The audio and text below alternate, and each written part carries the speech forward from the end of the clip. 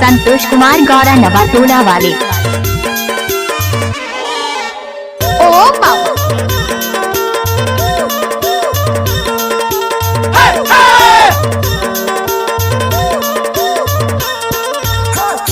खिला बीरम के खिला रे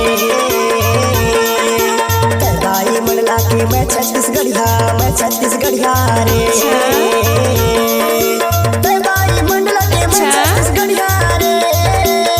डीजे संतोष कुमार गौरा नवाटोला वाले।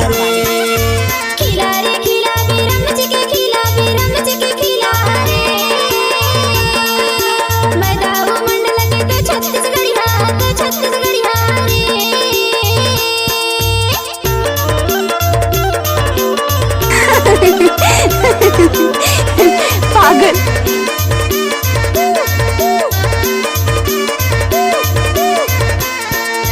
चार पल्ला के बाई एक दरवाजा खुला है दुआरी ते मोर संग बनवा। हाय दैया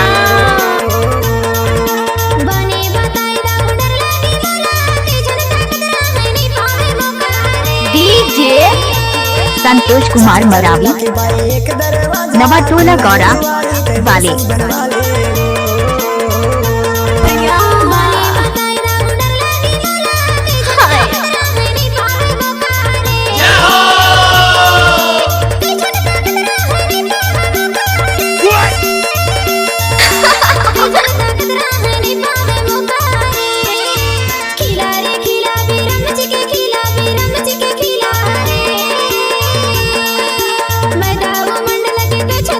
हाय दैया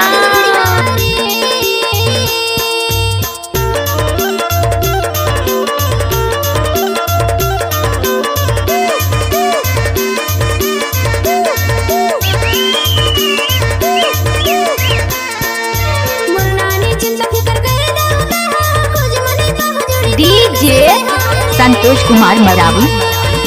तोर माया भारी बाई निकला गे मोला। हाय दैया तोर मोर माया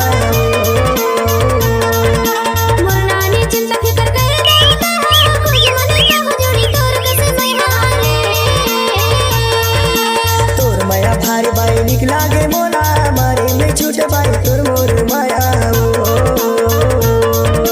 मारे मन छूटे बाई तोर मोर माया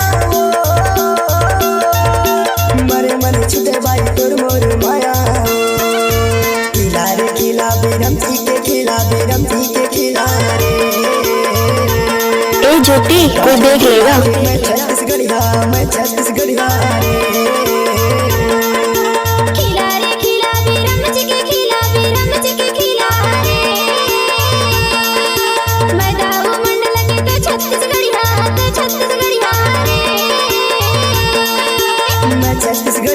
डीजे संतोष कुमार मरावी।